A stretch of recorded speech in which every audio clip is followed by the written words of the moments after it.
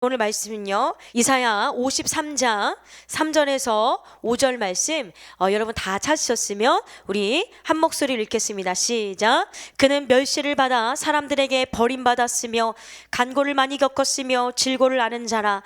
마치 사람들이 그에게서 얼굴을 가리는 것 같이 멸시를 당하였고 우리도 그를 귀히 여기지 아니하였도다. 그는 실로 우리의 질고를 지고 우리의 슬픔을 당하였거늘 우리는 생각하기를 그는 징벌을 받아 하나님께 맞으며 고난을 당한다 하였노라. 그가 찔림은 우리의 허물 때문이요 그가 상함은 우리의 죄악 때문이라. 그가 징계를 받음으로 우리는 평안을 누리고 그가 채찍에 맞음으로 우리는 나음을 받았도다. 멸시를 대신 받으신 예수 그리스도라는 제목을 은혜를 나눌 텐데요. 네, 사랑하는 성도 여러분, 우리는 지금 사순절 기간을 보내고 있습니다. 이 사순절 기간에 여러 가지 결심하신 분들 있겠죠. 내가 조금 더 욕심을 내려놓겠다.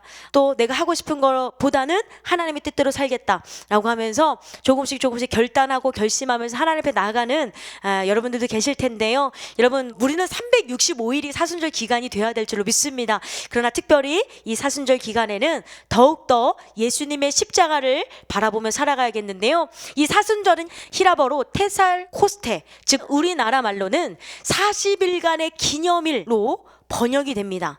그리고 부활주의를 기점으로 주일을 뺀 40일간을 예수님의 고난과 부활을 묵상하며 경건히 보내고자 하는 이 절기입니다. 네, 그 어느 때보다도 예수님의 십자가를 묵상하는 시간인데요. 사실 유대인들은 나무에 달려 죽는 것을 가장 부끄러운 일로 생각했습니다. 왜 유대인들은 나무에 달려 죽은 것을 가장 부끄럽게 생각했냐면 구약의 신명기에 기록된 말씀 때문인데요. 신명기 21장 22절에서 23절 보니까 사람이 만일 죽을 죄를 범함으로, 그러니까 죽을 죄를 졌을 때 내가 그를 죽여 나무 위에 달거든 그 시체를 나무 위에 밤새도록 두지 말고 그날에 장사하여 내 하나님 여호와께서 내게 기업으로 주시는 땅을 더럽히지 말라. 나무에 달린 자는 하나님께 저주를 받았음이니라. 그러니까 그 당시에 가장 비극적인 처형 방법은 뭡니까? 나무에 달리는 것이죠. 왜? 나무에 달린 자는 저주받은 자나 그런 역임을 받았기 때문에 굉장히 처참한, 그리고 굉장히 비참한 처형 방법이 바로 십자가였다는 것이죠. 십자가는 가장 잔인하고 악독한 사람을 처형하는 형틀이었습니다. 십자가는 저주의 십자가, 그리고 흉악한 무서운 십자가, 모두가 피하는 십자가였습니다. 그러나 예수님께서 그 십자가를 지신 그 순간부터 우리에게는 어떻게 됐습니까? 예수님이 지심으로 말미암아 그 십자가는 구원의 상징이 되었고 기쁨의 상징이 되었고 소망의 상징이 되었고 부활의 상징이 되었습니다. 저와 여러분도 마찬가지예요. 예수를 믿기 이전에 또 영원의 샘 백성교회에 와서 정말 하나님을 뜨겁게 만나기 이전에는요, 별 볼 일 없는 사람이었습니다. 저는요, 진짜 정말 세상 사람들이 봤을 때는 버림받아 마땅한 사람이었고 진짜 손가락질 당할 만한 사람이었고 정말 형편없는 사람이었습니다. 그래서 여기에 와서 간증하시는 분들 다 어떻게 고백을 해요? 귀하신 예수님을 만나니까 정말 누구보다도 귀하고 아름답고 보배로운 존재로 변화됐다라고 고백하는데요. 사실은요, 우리는 예수님으로 말미암아 보배롭고 존귀한 자입니다. 그런데 죄와 상처로 말미암아 정말 형편없는 사람이 되었죠. 그러나 이 시간 다시 한번 예수님을 만남으로 말미암아 정말 귀하고 보배로운 존재인 나 자신을 발견할 수 있는 저와 여러분이 되어야 될 줄로 믿습니다. 그래서 우리가 그 십자가를 만나보게 되면 생명의 길로 가게 돼요. 예전에는 죽음의 길로 갔고 우울의 길로 갔고 슬픔의 길로 갔고 정말 낙심의 길로 갔다면 예수님의 십자가로 말미암아 생명의 길로 달려간다. 여러분, 생명의 길은 기쁨의 길입니다. 항상 기뻐하라, 쉬지 말고 기도하라, 범사에 감사하라. 이것이 너희를 향한 하나님의 뜻이니라. 주님께서 우리에게 그렇게 말씀하셨기 때문에 여러분, 그 생명의 길로 갈 수 있는 저와 여러분 되기를 소원합니다. 오늘 본문인 이사야서는요, 예수님이 탄생하기 700년 전의 예언서입니다. 예수님이 돌아가시기 전에 이미 주님께서는 하나님의 말씀을 통하여, 이 성경을 통하여 예수님이 오실 것을 예언하셨고요, 십자가에 못 박아 돌아가실 것, 그리고 다시 사실 것을 이미 예언했다는 거예요. 메시아이신 예수님께서 이 땅에 오셔서 어떻게 고난을 당하실지를 예언한 것이 바로 오늘 본문입니다. 그래서 이 노래는 전반적으로 여호와의 종, 곧 메시아의 순환을 집중적으로 묘사하고 있습니다. 얼마나 고통을 당하셨는지. 사랑하는 성도 여러분, 예수님 때문에 우리는 자유함을 얻었어요. 진리를 알지니 진리가 너희를 자유롭게 하리라. 여러분 묻고 있는 그 결박, 가정 안에 온갖 질병의 결박이 있죠. 뭐 우울증이라는 결박도 있고요, 영육의 모든 질병이라는 결박이 있고요, 암이라는 결박이 있고요, 여러 가지 막 결박이 있는데요, 예수님의 십자가 앞에서는요 그 모든 결박이 풀어지는 것이죠.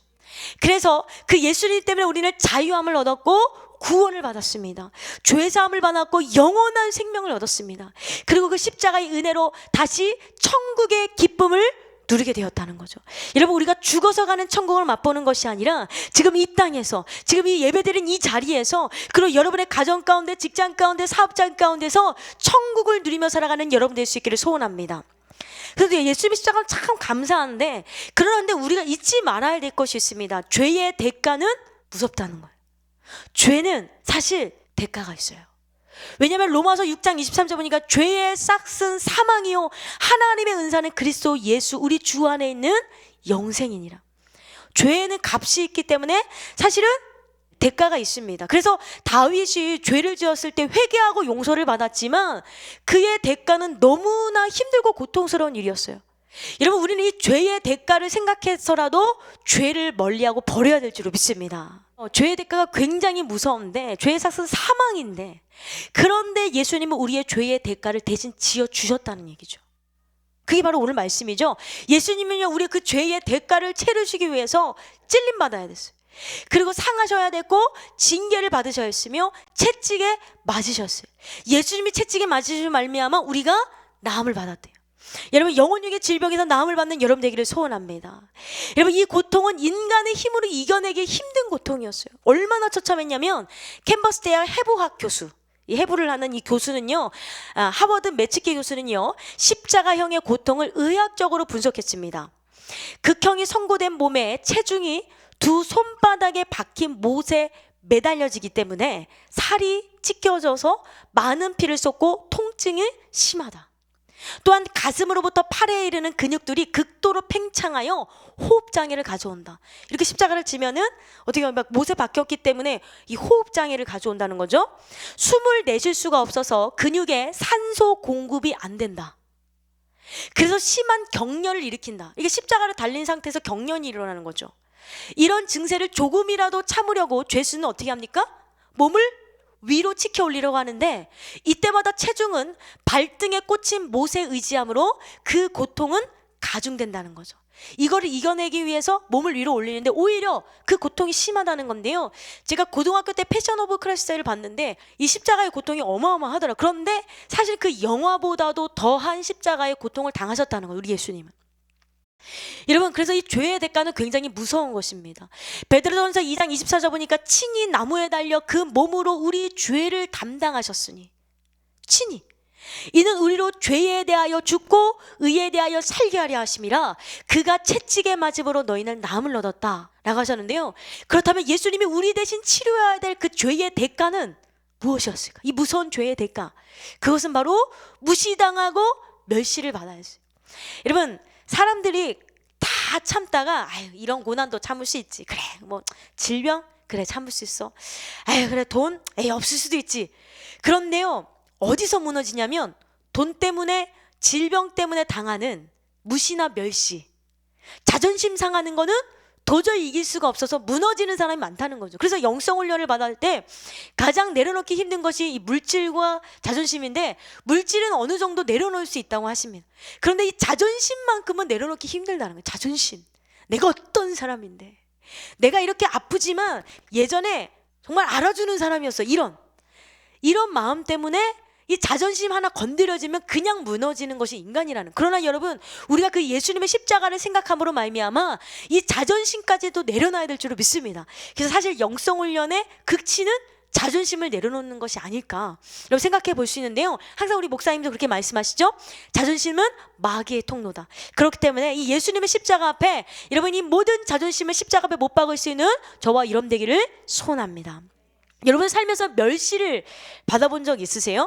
이 멸시란 업신여기거나 하찮게 여겨서 깔본다라는 의미인데, 초등학교 때 이제 그림을 좋아했어요. 그래서 아버지가 항상 그림을 잘 그리는 줄 알고 그림 그리는 것을 옆에서 봐주시면서 미리 한번 이것 좀 그려볼래? 저것 좀 그려볼래? 이랬던 기억이 있는데, 그래서 어느 날 이제 초등학교 때 그림 대회가 있어서 나갔는데 그때 한 2등인가 1등을 했어요. 그림 대회에. 물론 전교생이 몇 명 되지 않았지만, 그래가지고 1등을 해가지고 이어서 101장 대회에 나갔는데, 이제 내 옆에 도와줄 사람이 아무도 없는 거죠. 주제를 내줘서 그림을 그리는데요, 아무 생각이 안 나는 거예요. 몇 개 그렸는데 굉장히 색칠도 못하고 형편없는 그림을 그리긴 했죠. 그래서 제가 어떤 상을 받았냐면은, 상으로 자를 받아서 왔는데, 제가 이제 자를 받아오니까 선생님 내신 기대를 했던 거예요. 기대를 했는데 얘가 이게 참가상 하나 딱 받아오니까 너무 실망하셨는지 이 학생들 앞에서 굉장히 저를 무안을 주셨어요. 사실 제가 굉장히 좋아했던 선생님인데, 제가 이제 그 마음 가운데 약간 상처가 있었을 수도 있어요. 모든 하나님께서 그 모든 상처를 치유하셔서 나아갈 수 있었는데요, 이렇게요 무시 당할 수도 있다는 거죠. 살면서 누가 나를 깔볼 수도 있고 하찮게 볼 수도 있어요. 이거 중요한 것은 뭐냐면 내 마음이 중요한 거예요. 그런데 만약에 지금 그 상황이 왔다고 한다면 저는 그냥 웃고 넘겼을 것 같아요. 아우, 내가 아무 생각이 안 나서 이랬는데 막 이러면서 웃을 수도 있다라는 얘기죠. 그런데 많은 사람들이 이거를 견뎌내지를 못한다는 거예요. 그래서 이 많은 멸시받는 일들이 있고 무시당하는 일들이 굉장히 우리 주변에 많은데요, 여러분 그렇습니다. 많은 사람들이 인종 때문에 정치, 계급, 경제 문제 등으로 너 돈을 많이 벌면 인정받고 돈을 좀 덜 벌면 인정받지 못하는 멸시와 천대를 받고 있는 사람이 굉장히 많다는 거죠. 그런데 예수님 시대에도 예외는 아니었어요. 아담과 하와의 범죄 이유는 우리는 계속해서 이런 일들이 계속해서 벌어지는, 이스라엘 백성들도요 서로를 무시하고 무시받는 일이 있었어요. 나도 무시하고 내가 무시받으면 나도 또 다른 사람을 무시하는 이런 일들이 많았는데요, 특히 이스라엘 민족은 선민의식에 사로잡혔어요. 우리는 선택받은 민족이다. 그래서 아수르의 니느웨 사람들은 물론 애국과 바벨론과 로마 등 이방 민족들을 저주받은 민족들로 취급하면서 멸시를 했는데요, 그래서 유대의 종교 지도자들은 이방인들이 예루살렘 성전에 들어오는 것조차 허락하지 않았어요. 여러분, 우리 이 교회는 누구나 들어올 수 있는 곳인 줄로 믿습니다. 누구나 들어올 수 있는 것이 바로 교회임에도 불구하고 유대인들은 이방인은 들어오면 안 되고, 뭐 여자는 어떻게 하면 안 되고, 뭐 세리는 어떻게 하면 안 되고, 이러면서 이런 율법들이 굉장히 많았다는 거죠. 심지어 그들은요 누구까지 멸시를 했으니까 우리를 구원하러 오실 예수님까지도 멸시했다는 거죠. 이사야 53장 3절 보니까 그는 멸시를 받아 사람들에게 버림받았으며, 오늘 본문입니다, 간고를 많이 겪었으며 질고를 아는 자라. 마치 사람들이 그에게서 얼굴을 가리는 것 같이 멸시를 당하였고 우리도 그를 귀히 여기지 아니하였도다. 예수님은 죄를 구원하러 이 땅에 오셨는데요, 많은 사람들이 예수님을 귀하게 여기지 않았고 심지어는 멸시를 했다는 거죠. 여러분, 그렇기 때문에 무시당했습니까? 자존심 좀 상합니까? 그 예수님의 멸시당함을 생각하면요, 우리가 받은 그 무시와 멸시는 아무것도 아니라는 거죠. 자존심 하나만 내려놓으면 그냥 넘길 수 있는 문제가 커지는 이유는 바로 내려놓지 못했기 때문에. 그렇기 때문에 우리는 예배를 통해서 자꾸만 자아를 내려놔야 될 줄로 믿습니다. 오늘 본문에 멸시를 받아서 여기에는요 거절과 배척의 의미가 있어요. 그러니까 예수님은 사랑하러 오셨는데 사랑을 거절해버리는 거예요. 예수님은요 우리 대신에 사람들의 거절과 배척을 받으신 것이, 거절감 혹시 있으신가요? 그러나 예수님은요 이 땅에 계실 때에 누구도 멸시하지 않으셨어요. 물론 수르보니게 여인 멸시한 것이 아니라 테스트한 거죠. 이 거절을 잘 이겨낼 수 있는지 테스트했는데, 수르보니게 여인은 계치급을 받으면서도 잘 넘어갔어요. 자존심을 내려놓고 잘 넘어가면 말미암아 자신의 딸이 고침받는 기적의 역사가 일어났죠. 여러분도 수르보니게 여인과 같은 믿음을 갖기를 소원합니다. 예수님은요 누구도 멸시한 적은 없으셨어요. 테스트를 했을 뿐이지. 개나 돼지 취급을 받았던 사람에게 오히려 사랑의 손길을 대신 베푸셨는데요, 당시 예수님이 저주받은 사람 취급을 받았던 나병 환자를 치료하신 사건을 보십시오. 이 문둥병 환자는요 다 무시했습니다. 이 병은요 아주 무서운 병이었습니다. 이 병은요 몸의 감각을 마비시켜서 고통을 느끼지 못하게 해요. 아침에 일어나서 코가 뚝 떨어져도 아픈지도 모르고 손가락이 뚝 떨어져 아픈지도 모르는 것이 바로 이 병인데요, 이 나병을 보면서 우리 느낄 수 있는 것은 뭐냐면 고통을 느낄 수 있다는 것도 은혜이지 않겠습니까? 고난을 느낄 수 있다는 그 은혜입니다. 여러분, 영적인 무감각에서 벗어나 고통을 무조건 무시하고 싫어할 것이 아니라 이 고통을 통해서 예수님의 뜻을 알아가는 여러분 되시기를 소원합니다. 나병은요, 손으로 뜨거운 것이나 찬 것을 만져도 감각을 전혀 느낄 수 없어요. 뜨거우면 아 뜨거, 차가우면 아 차가, 이게 안 돼요. 이 병이 심해지면 눈썹, 손톱, 발톱, 이빨도 빠집니다. 더 심해지면 손가락과 발가락이 오그라들어요. 코가 문드러지고 귀가 문드러진. 그리고 이 환자는요, 격리되어 살아야 했습니다. 코로나 환자들은 어떻게 됩니까? 코로나 걸리지 않아도 접촉만 해도 2주간 격리가 돼야 돼요.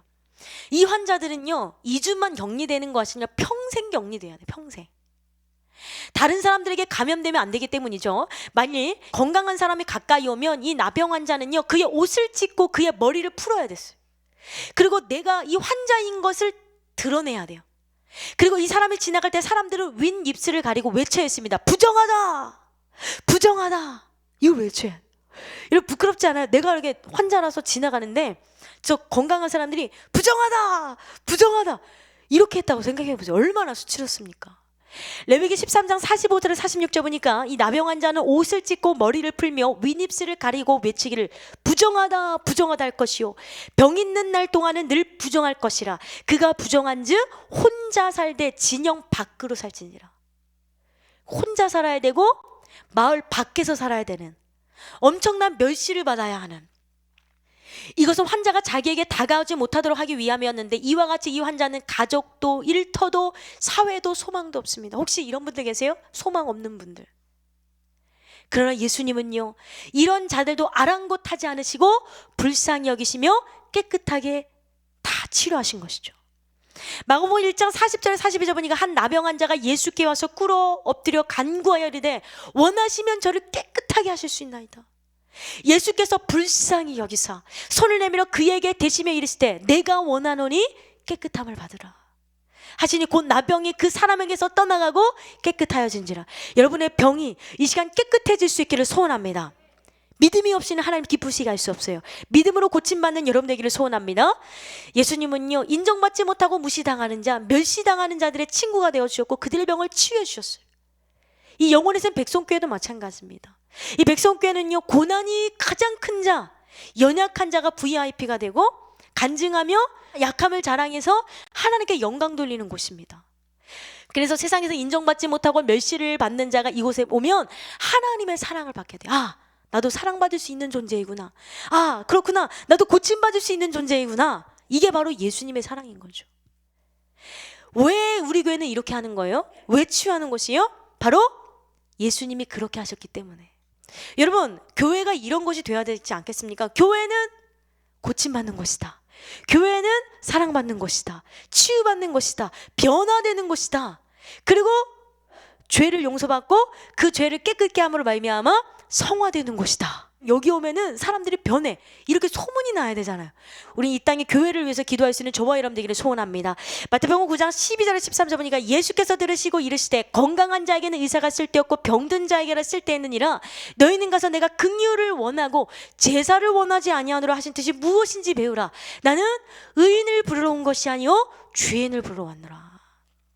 누가복음 14장 21절 보니까 종이 돌아와 주인에게 그대로 고하니 이에 집주인이 노하여 그 종에게 이르되 빨리 시내의 거리와 골목으로 나가서 빨리 가래요. 골목으로 가래요. 그리고 가난한 자들과 몸 불편한 자들과 맹인들과 저는 자들을 데려오라. 그렇기 때문에 여러분, 복음 전해야 될 분에게 복음을 전할 수 있는 저와 여러분 되기를 소원합니다. 이렇게 누구도 멸시하지 않으신 그 예수님, 누구도 무시하지 않았어요. 그 예수님께서 우리의 죄 때문에 멸시를 받아야 됐다는 거죠. 마태복음 27장 39절 40절 보니까 지나가는 자들은 자기 머리를 흔들며 예수를 모욕하여 이르되 성전을 헐고 사흘에 짓는 자여 네가 만일 하나님의 아들이거든 자기를 구원하고 십자가에서 내려오라. 요즘에 교회가 많이 욕을 먹죠. 근데 욕을 먹을 상황이 아님에도 불구하고 말도 안 되는 걸로 교회를 욕하는 사람들이 있어요. 교회를 멸시하는 사람들이 있어요.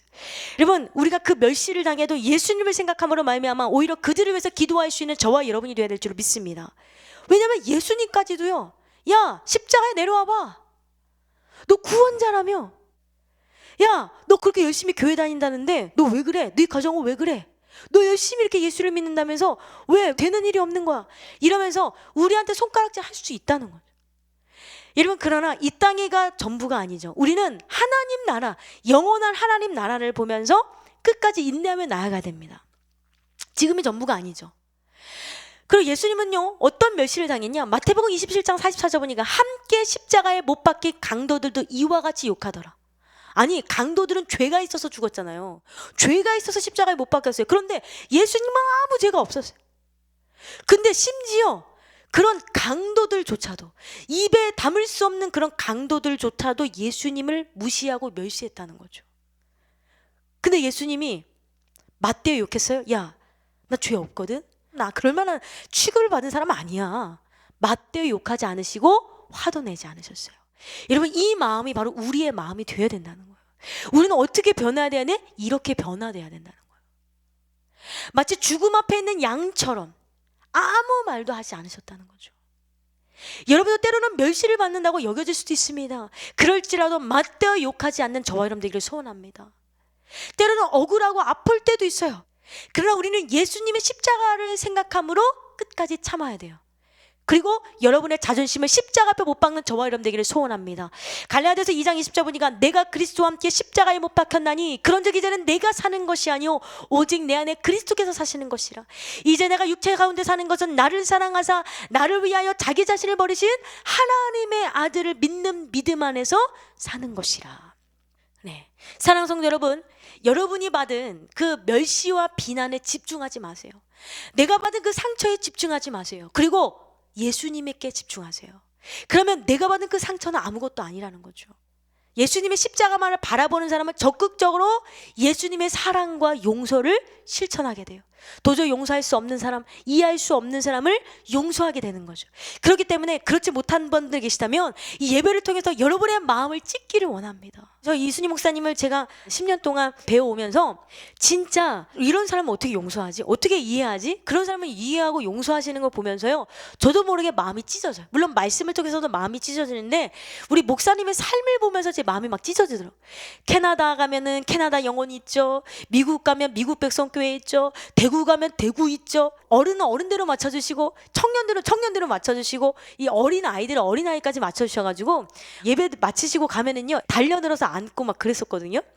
왜냐면 다 이렇게 맞춰주시니까. 여러분, 그렇기 때문에 우리가 영성훈련을 받는 것은 바로 이 사랑을 실천하기 위함인 줄로 믿습니다. 여러분, 예수님의 십자가의 사랑을 전하는 데 힘써야 될 줄 믿습니다. 특별히 이 주간에 나를 사랑하는 사람만 사랑하는 것을 누구나 알 수 있어요. 여러분, 나를 멸시하고 무시하는 사람, 비난하는 사람까지도 사랑하는 것이 진짜 예수님의 사랑이라는 거죠. 누가복음 6장 32절 보니까 너희가 만일 너희를 사랑하는 자만을 사랑하면 칭찬받을 것이 무엇이냐. 죄인들도 사랑하는 자는 사랑하느니라. 마태복음 5장 44절 보니까 나는 너희에게 이르노니 너희 원수를 사랑하면 너희를 박해하는 자를 위하여 기도하라. 용서하지 못할 사람, 박해하는 사람을 위해서 기도할 수 있는, 특별히 이 기간에 더욱더 사랑으로 뭉칠 수 있는 저와 여러분 되기를 소원합니다. 또한 예수님이 우리 대신 치러야 될 그 죄의 대가는 무엇이었을까요? 바로 부끄러운 수치심을 대신 지어야 됐어요. 수치심.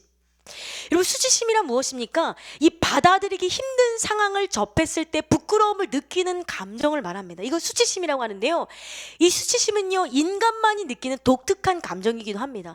여러분, 개가 아무데다가 쉬했다고 해서 깨갱 부끄러워 막 이렇게, 고양이가 야옹야옹 부끄러워 이러는 고양이 보셨습니까? 이런 짐승들은 부끄러움을 모른다는 거죠. 그래서 이 수치심은요 긍정적으로 볼 때 좋은 것이에요. 부끄러움은 자신의 잘못을 뉘우치고 관계를 회복하는 데 영혼의 신호등으로 작용할 수 있어요. 아, 내가 죄를 지었네? 부끄럽다. 내가 이 죄를 짓지 말아야겠다. 내가 이렇게 이 사람한테 이렇게 상처 줬네? 부끄럽다. 내가 이제 다시는 이 사람한테 상처 주지 말아야겠다. 이런 영혼의 신호등인 거죠. 신호등.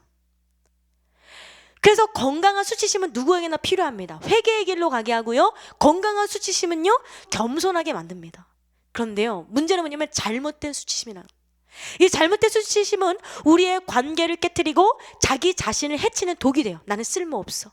위축감과 무가치감, 무력감 등의 감정을 동반합니다. 그리고 자기의 부족함이 타인에게 노출될 경우 조롱과 경멸을 받을 것이라고 생각하여 다른 사람으로부터 숨거나 도망가려고 해요. 그래서요, 이 수치심을 숨기려고 하는 사람의 또 다른 특징이 있는데 그것은 바로 위장입니다. 위장. 융합파는 이것을 페르소나라고 하는데 가면, 즉 거짓자라고 말하는데요. 이 수치심이 내재된 사람은 자신은 실수투성이며 모자란 사람이기 때문에 아무도 나를 사랑하지 않는다.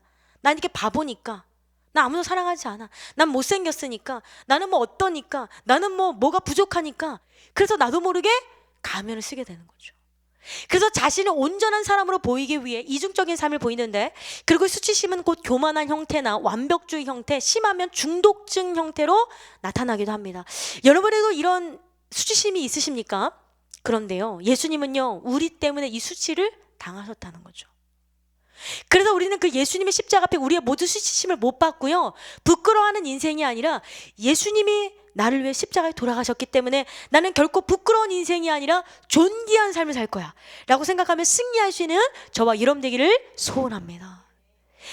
예수님은 십자가를 지실 때요, 치욕을 당하셨어요. 치욕. 로마 병정들은요, 예수님에게 홍포를 입혔는데요, 옛날에는요, 이 홍포는요, 왕의 의복을 뜻하며 왕의 의복. 마태복음 27장 28절 보니까 그의 옷을 벗기고 홍포를 입히며. 왜 예수님께 홍포를 입혔습니까? 왕에게 입어야 될 이 옷을. 예수님이 유대인의 왕이라고 했던 그 말, 예수님의 말을 비웃기 위해서 일부러 옷을 입힌 거예요. 마태복음 27장 11절 보니까 예수께서 총독 앞에 섰음에 총독에 물어 이르되 네가 유대인의 왕이냐? 예수께서 대답하실 때 내 말이 옳도다. 그래, 너 유대인의 왕이라며? 너 근데 십자가 졌네? 한번 이거 좀 입어봐라. 입힌 거죠. 또한 로마 병사들은요, 예수님께 가시 면류관을 머리에 씌웁니다. 이 가시 면류관을 씌우는 것도 왕을 흉내내는 거예요. 너 왕이라며. 즉 왕관 대신에 가시 면류관을 씌워서 예수님을 희롱한 것이죠. 또한 뭐 들겠습니까? 갈대. 왕에게는 통치를 상징하는 금홀이 있었습니다. 근데 이 금홀은 금으로 된 왕의 지팡이입니다. 쫙 지팡이. 영화 보면 알죠? 다 지팡이 들고 가잖아요, 왕이 멋있게. 그들은요, 예수님의 금홀 대신에 갈대를 들게 해서 군병들이 예수님 앞에 무릎을 꿇고 인사를 하는 거예요. 왕이시여, 네가 왕이라면. 네, 이것은 존경하는 표시가 아니라 비우는 것이죠. 그리고 그뿐만 아닙니다. 얼굴에 침을 뱉고 갈대를 빼앗아서 머리를 치는 거예요. 가시면류관을 썼죠. 그럼 머리를 치면 얼마나 아프겠어요. 마태복음 27장 29절 31절 보니까 가시관을 엮어 그 머리에 씌우고 갈대를 그 오른손에 들리고 그 앞에서 무릎을 꿇고 희롱하여 이르되 유대인의 왕이여 평안할지어다 하며 그에게 침 뱉고 갈대를 빼앗아 그의 머리를 치더라. 희롱을 다한 후에 홍포를 벗기고 도로 그의 옷을 입혀서 십자가에 못 박으려고 끌고 가니라. 심지어 그 다음에 홍포 입힌 것까지 벗겨가지고요, 십자가에 못 박으려고 끌고 가는 거죠. 또한 성화에 보면 예수님이 십자가에 달리신 모습을 그린 성화들 굉장히 많잖아요. 그런데 밑에 부분을 천으로 둘러싸여 있는데요, 많은 학자들이요 말합니다. 아마 예수님은 그 당시 시로라기 하나 걸치지 않았을 것이다라고. 그런데 어디에 달리셨어요? 골고다 언덕. 이 골고다 언덕은 이 예루살렘 사람들이 다 볼 수 있는 얼마나 수치스러운 일입니까? 수치심을 경험한 분이 계십니까? 현재 또는 과거의 수치심으로 인해 상처를 받으신 분 있으세요? 여러분, 그 예수님께 나오세요. 예수님은요, 그 모든 수치심을 다 이겨내시고 저와 여러분을 위해서 바뀌신 거죠. 그래서 누구보다도 부모님도 내 마음 몰라줄 때가 있고요, 옆에 있는 형제 자매도 몰라줄 때 있고 친구가 몰라줄 때도 있어요. 정말 가장 친했다고 생각하는 그 사람조차도 나를 몰라줄 때도 있지만 예수님은요, 저와 여러분의 마음을 누구보다도 잘 알고 계신다는 거예요. 히브리서 4장 15절 보니까 우리에게 있는 대제사장은 우리의 연약함을 동정하지 못하실 리가 아니요 모든 일에 우리와 똑같이 시험을 받으시니로되 죄는 없으시니라. 그러나 죄는 없으셨어요. 그러므로 나보다 나를 더 잘 아시는 주님 앞에 나아가십시오. 내 상처, 정말 아무에게도 말할 수 없는 여러분의 모든 수치를 다 씻겨주시고요, 그리고 이겨낼 수 있는 힘을 주세요. 또한 예수님은 어떤 고통을 당하셨냐? 버림받음의 고통을 당하셨어요. 기독교는 절망과 버림받은 죽음의 종교다라는 시가 있습니다. 네, 부활절이 곧 온다. 부활, 환희로 이어지는 희망의 메시지다. 한데 부활에는 전제 조건이 있다. 절망과 버림받음, 죽음이 바로 그것이다. 절망과 버림받음, 죽음의 문을 통해야만 부활에 이를 수 있다. 한데 사람들의 욕심은 부활과 그 존재 조건의 관계를 비틀어 놓고 있다. 간단히 말해서 사람들은 절망과 버림받은 죽음의 문을 거치지 않고 부활에 이르려 한다. 죽지 않고 다시 살아난다 라고 말하는데요, 그렇습니다. 여러분, 예수를 믿는다, 어렵죠. 그러나 이 문을 통과해야 돼요. 뭘 그렇게까지 막 극성적으로 막 그렇게 훈련 받을 필요 있냐? 이런 손가락질을 당해야 정상이라는 거죠. 근데 명목상의 그리스도인들 뭐 그런 무시 당합니까? 교회 다니는지도 몰라요. 저 사람 교회 다녀? 어머, 깜짝 놀랐어. 교회 다니는데 어머 그래? 여러분, 이렇게 취급받는 것이 아니라 처음에는 손가락질 할지 모르지만 속으로는 예수 믿는 사람은 다르긴 다르구나. 야, 교회 다니는 사람은 좀 다르긴 다르구나. 이렇게 인정받을 수 있는 저와 여러분이 되어야 된다는 거죠. 그러기 위해서는 어떻게 됩니까? 나는 날마다 죽노라. 바울과 같이 고백해야 되는데, 고린도전서 15장 31절 보니까 형제들아, 내가 그리스도 예수 우리 주 안에서 가진 바 너희에 대한 나의 자랑을 두고 단언하노니 나는 날마다 죽노라.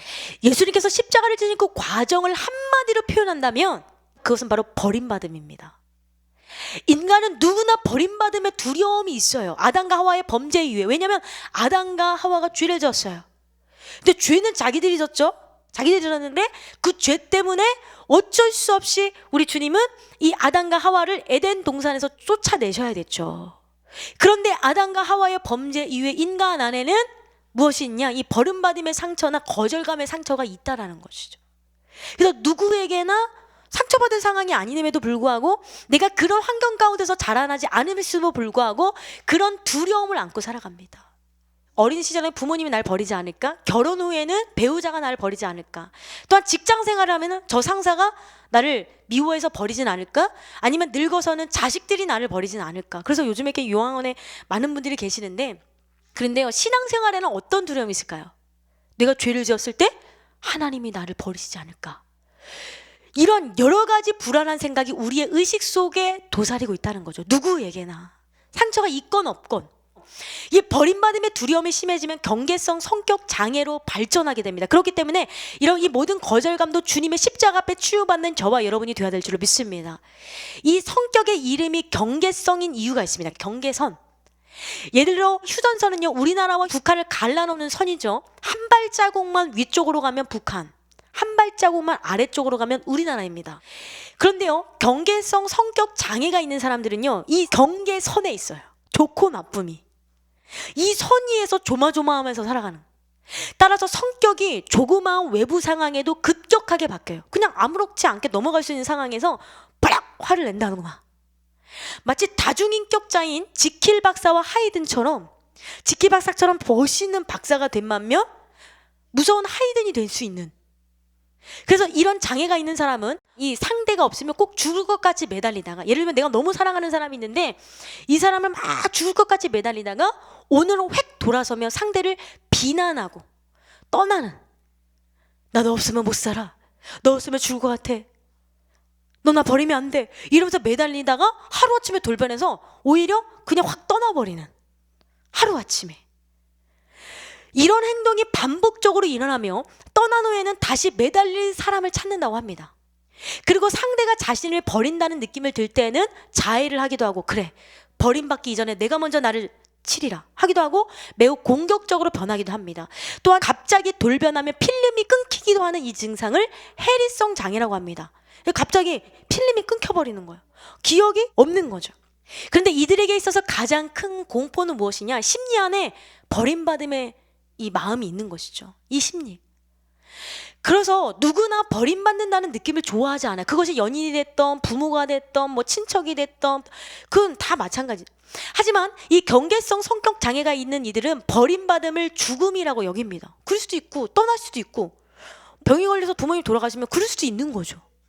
그런데 꼭 완전히 인생 끝난 것 같이 이렇게 생각하는 많은 사람들도 있다는 거죠. 그래서 언젠가는 너도 날 버릴 것이다 라는 생각으로 살아가는 많은 사람들이 있어요. 여러분, 이런 사람들도 하나님의 놀라운 치유가 있어야 합니다. 그래서 그런 상처가 있는 분들이 영원의 샘 백송교회에 와서 치유받지 않습니까? 그런데요, 예수님은요 이런 연약한 인간을 위해 버림받으신 거죠. 마가복음 15장 34절에 예수님께서 십자가에 달리셨을 때 제9시에 예수께서 크게 소리 지르시되 엘리 엘리 라마 사막다니 하시니, 이를 번역하면 나의 하나님 나의 하나님 어찌하여 나를 버리셨나이까, 이런 뜻이에요. 하나님은요 사랑의 하나님이시지만 공의의 하나님이세요. 그렇기 때문에 죄를 인정하실 수 없어요. 그렇기 때문에 그 죄를 대신 지신 그 예수님은 십자가에 못 박이실 수밖에 없었죠. 근데 그 십자가에 못 박이셨을 때 우리 주님은 철저히 혼자신 거예요. 혼자. 철저히 혼자. 어찌야 나를 버리셨나이까. 그리고요 인간으로부터 버림을 받으셨어요. 그러나 그 버림받으심으로 말미암아 저와 여러분이 구원을 받게 된 거죠. 그렇기 때문에 우리는 이 버림받음의 아픔까지도 치유를 받을 수 있습니다. 그리고 진리 안의 자유를 누릴 수 있는 저와 여러분 되기를 소원합니다. 지금도요 많은 사람들이 육신의 정욕, 안목의 정욕, 이생의 자랑을 따라가면서요 자기 생활이 얽매여 예수님의 사랑을 버리는 사람이 많아요. 지스문트 게치라는 화가의 버림받은 예수란 비유적인 그림이 있습니다. 버림받은 예수. 2000년 전에만 버림받은 것이 아니에요. 버림받은 예수란 그림이 있는데요, 그 그림엔 성 바울 대성전의 계단에 예수님이 서 있어요. 이 계단에 이렇게 예수님이 서 계시는데요, 그런데 그 주변에 여러 종류의 사람이 있습니다. 그것이 여러분이 아닌지는 여러분이 살펴보셔야 돼요. 스포츠 신문에 열중한 청년, 휴가 여행을 위하여 택시를 잡으려는 남녀, 휴가 가야지. 길을 가면서도 시험관을 들여다보고 있는 과학자. 그러나 아무도 예수가 거기에 서 있다는 사실에 관심을 둔 사람 없어요. 예수님 이렇게 서 계시면은 이 주변에 신문 든 사람, 뭐 든 사람, 뭔 사람 있는데 다 관심이 없어요. 예수님한테. 오직 한 사람, 간호원 제복을 입은 여성만이 잠깐 멈추어 곁눈으로 예수를 보고 있는 이 그림. 이 그림은 현대의 기독교인을 상징하고 있습니다. 지금도 예수님을 거부하는 많은 사람들. 그래서 주님은요 누구보다도 우리의 마음을 잘 알고 계시는 거죠. 사랑하는 성도 여러분, 버림받으신 경험이 있으십니까? 아니면 누가 나를 버릴까 봐 버리지도 않았고 버릴 생각도 없고 떠날 생각도 없음에도 불구하고 미리 두려워하는 분들도 계시다는 거죠. 왜? 상처 때문에.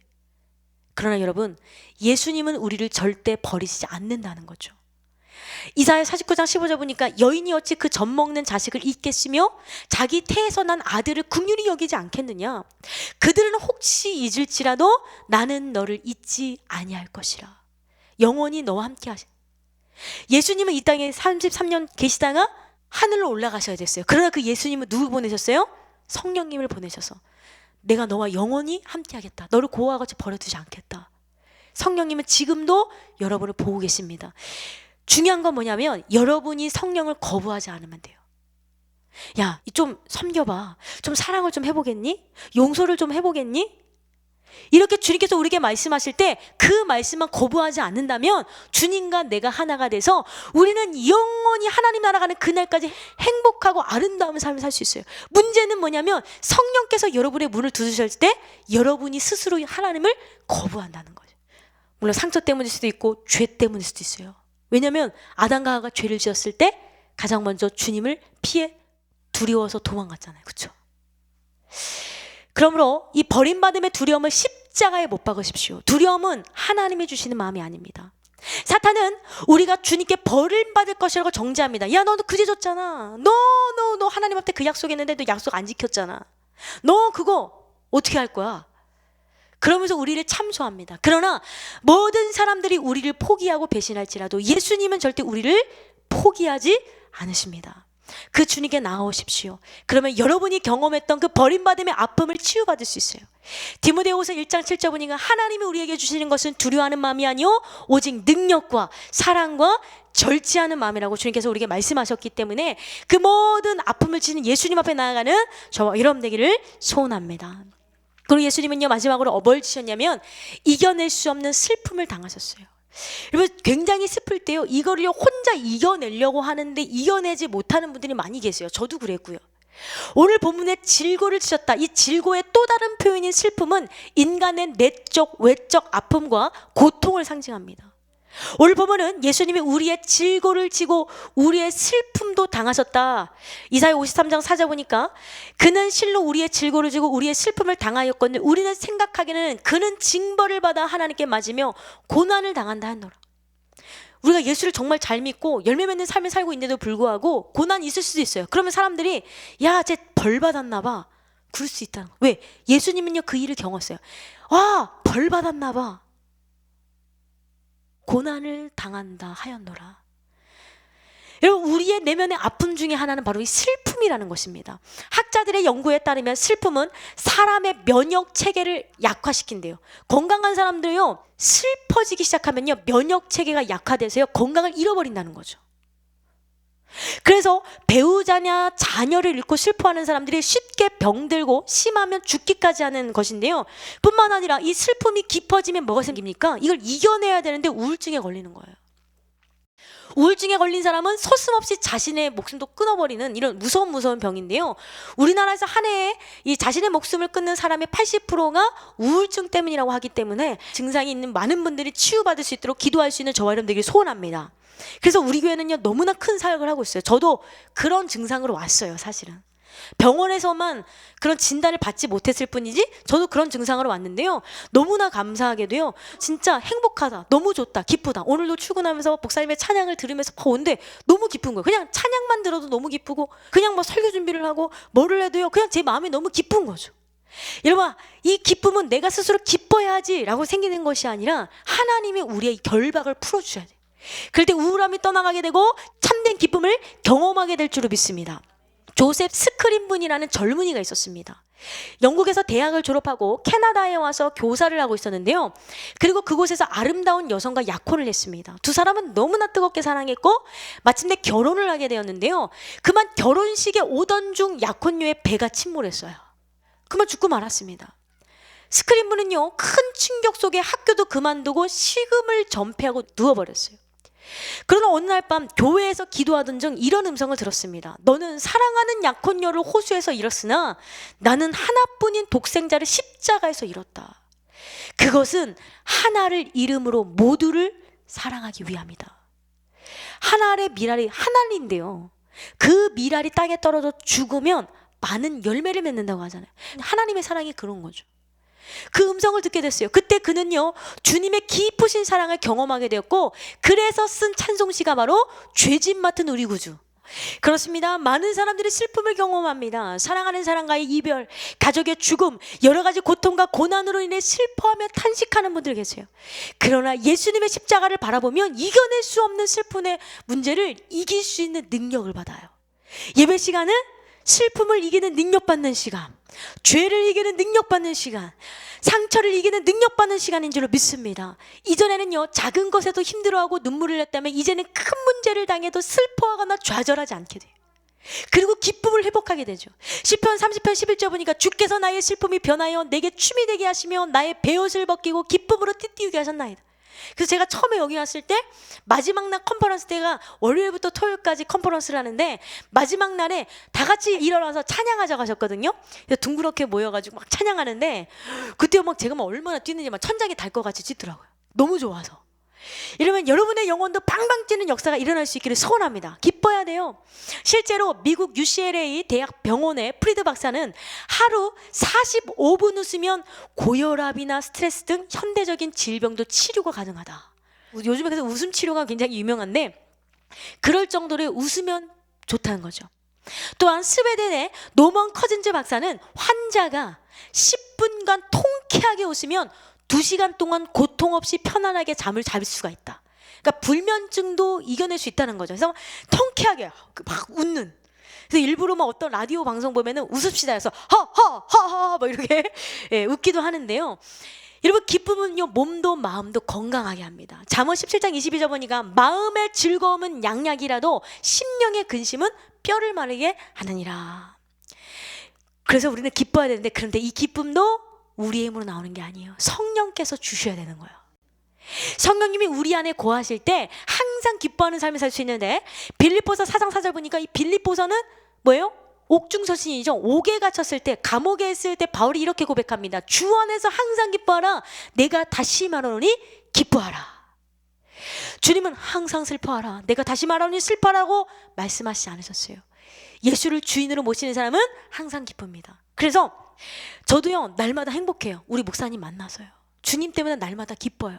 데살로니가서 5장 16절 18절 보니까 항상 기뻐하라, 쉬지 말고 기도하라, 범사에 감사하라, 이것이 그리스도 예수 안에서 너희를 향하신 하나님의 뜻이라고 했는데, 물론 낙심이 될 때도 있어요. 그런데요, 예전에는요 이게 이겨내는 게 되게 힘들었어요. 한 번 슬프면 한 달도 가고 뭐 1년도 가고, 그래서 막 오랫동안 우울증 걸리신 분들은 뭐 10년도 가고 평생도 가잖아요. 그런데 너무나 감사한 거는요, 금방금방 이겨낸다. 금방금방. 이제는 금방금방 이겨내는 게 문제가 아니라 아예 슬픔조차도 털끝 하나도 침투하지 않은 저와 여러분이 될 줄 믿습니다. 근데 어떤 목사님들은 말해요. 심지어 목사님들조차도요, 십자가의 길은 무조건 슬픈 길이고 고통의 길, 물론 고통의 길이기도 하지만 무조건 나쁘다, 무조건 슬프다. 나는 죽고 예수로 사는 사람은요, 그런데 십자가의 길, 좁은 문 좁은 길이 마냥 슬프지 않습니다. 기쁩니다. 예수를 주인 삼은 사람은 어떤 상황에도 만족하며 기뻐하는 거죠. 빌립보서 4장 12절 보니까 나는 비천에 처할 줄도 알고 풍부에 처할 줄도 알아. 모든 일, 곧 배부름과 배고픔과 풍부와 궁핍 외에도 처할 줄 아는 일체의 비결을 배웠노라. 그리고 천국을 바라보며 사는 사람은 이 땅에서 먹고 사는 문제 때문에 슬퍼하지 않아요. 먹을 게 없어, 사는 것이 힘들어, 이렇지 않다는 거죠. 그리고 힘들어하지도 않습니다. 시험 당할 때도 오히려 기뻐합니다. 로마서 14장 17절 보니까 하나님의 나라는 먹는 것과 마시는 것이 아니요 오직 성령 안에 있는 의와 평강과 희락이라. 천국은 뭐라고요? 먹고 마시는 게 아니라 의와 평강과 희락이라는 거죠.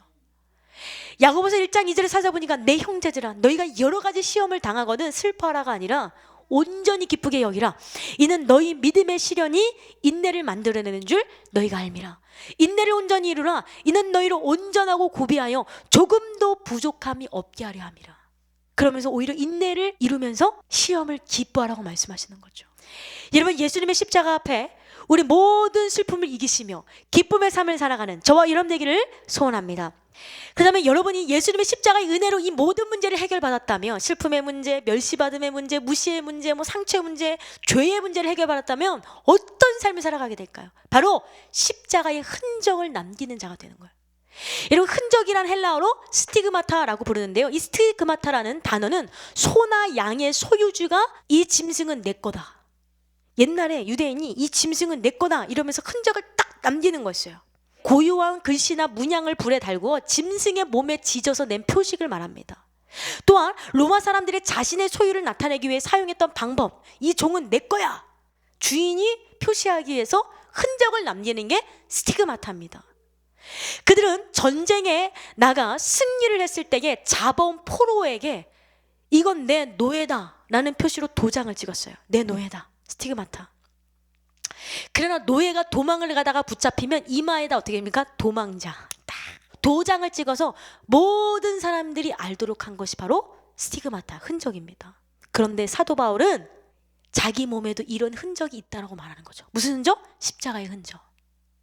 바로 예수의 흔적입니다. 그는 예수를 전하려다가 돌에 맞아 깨진 흔적, 핍박으로 인해 맞은 흔적 등 바울의 온몸 구석구석에는 흔적들이 있는데요, 바울은요 그 흔적을 오히려 자랑했어요. 바울은 예수님의 은혜에 감사하며 주님 때문에 받는 아픔과 고통까지도 기뻐했습니다. 요즘 안 그렇죠? 주님 때문에 받는 아픔과 고통 당하면 내가 주를 위해서 어떻게 했는데 나한테 어떻게 이런 아픔을 줄 수 있습니까? 어떻게 이런 흔적을 줄 수 있습니까? 이러면서 주님을 손가락질하는 사람 많아요. 그러나 바울은 그렇지 않았다는 거죠. 주님 감사합니다. 내게 이 고난의 흔적을 주셔서 감사합니다. 바울은 어려우면 어려울수록 더욱 주님을 찬양했어요. 갈라디아서 6장 17절 보니까 이후로는 누구든지 나를 괴롭게 하지 말라. 내가 내 몸에 예수의 흔적을 지니고 있노라. 그는 고난을 받으면 받을수록 자기 몸에 남아있는 예수님의 흔적을 자랑하며 살았다는 거죠. 존 스토트는 이렇게 말했습니다. 성도의 삶에는 주님과 함께 십자가에 못 박힌 것과 육체를 십자가에 못 박은 것이 공통적으로 나타낸다. 그러니까 못 박힌 것 수동적인 거죠, 못 박은 것 능동적인 거죠. 이게 다 드러나야 된다는 거예요. 성도의 삶에는. 성도는 그리스도인의 못 박힘과 우리의 못 박힘을 계속적으로 동시에 경험해야 한다 라고 말했어요. 로마서 14장 7절에서 8절 보니까 우리 중에 누구든지 자기를 위하여 사는 자가 없고 자기를 위하여 죽는 자도 없도다. 우리가 살아도 주를 위하여 살고 죽어도 주를 위하여 죽나니 그러므로 사나 죽으나 우리가 주의 것이로다. 빌립보서 1장 20절에서 21절 보니까 나의 간절한 기대와 소망을 따라 아무 일에든지 부끄러워하지 아니하고 지금도 전과 같이 온전히 담대하여 살든지 죽든지 내 몸에서 그리스도가 존귀하게 되게 하리 하나니 이는 내게 사는 것이 그리스도니 죽는 것도 유익함이라. 내가 축복받는 것도 주님 뜻이고 고난 당하는 것도 주님 뜻이고 사는 것도 주님 뜻이고 죽는 것도 주님 뜻이고 다 주님의 유익만을 위해서 살겠다 라고 고백하는 거예요. 결론적으로 오늘 우리는 멸시를 대신 받으신 예수 그리스도라는 제목의 말씀의 은혜를 나누었습니다. 여러분 어떻게 사시겠습니까? 바울과 같이 예수님의 십자가의 흔적을 남기며 오히려 예수님 때문에 당하는 고난을 기뻐하며 사시겠습니까? 아니면 원망하며 사시겠습니까? 많은 그리스도인들이 예수님이 날 위해 십자가를 지신 것은 참 감사합니다. 내 죄 때문에 감사하다. 근데 정작 자신은 십자가를 지려고 하지 않아요. 섬기려고 하지 않고 봉사하지 않고 주님을 위해서 희생하려고 하지 않습니다. 예수님 때문에 복 받으려고만 하지 예수님과 함께 십자가를 지려고 하지 않는 거죠. 아직 십자가에 자신을 못 박지 않았기 때문이죠. 내 자존심. 그러나 십자가를 진다는 것은 나를 부인하는 것이죠. 내 욕심, 내 자존심 여러 가지가 있죠. 어떤 아픔과 고통도 기뻐하는 삶, 그게 바로 십자가의 삶이죠. 왜냐하면 주님이 이미 우리 대신 우리가 감당할 수 없는 그 모든 고난과 멸시와 슬픔을 당하셨기 때문이죠. 그 십자가를 생각한다면 어떤 고난도 이겨낼 수 있습니다. 그러므로 여러분 아무리 힘들고 어려워도 십자가 생각하면 이겨내십시오. 그리고 부활의 기쁨을 누리십시오. 십자가가 끝이 아닙니다. 예수 안에 죽었다면 정말 주님만 바라보며 살아갈 수 있는 저와 여러분이 될 수 있기를 소원합니다. 그래서 주님의 축복을 받는 예수와 함께 죽고 사는 여러분 되시길 주님의 이름으로 축원합니다. 이 시간 우리 구주를 생각만 해도 우리 찬양하면서 예수님을 생각하는 이 시간 되기를 소원합니다.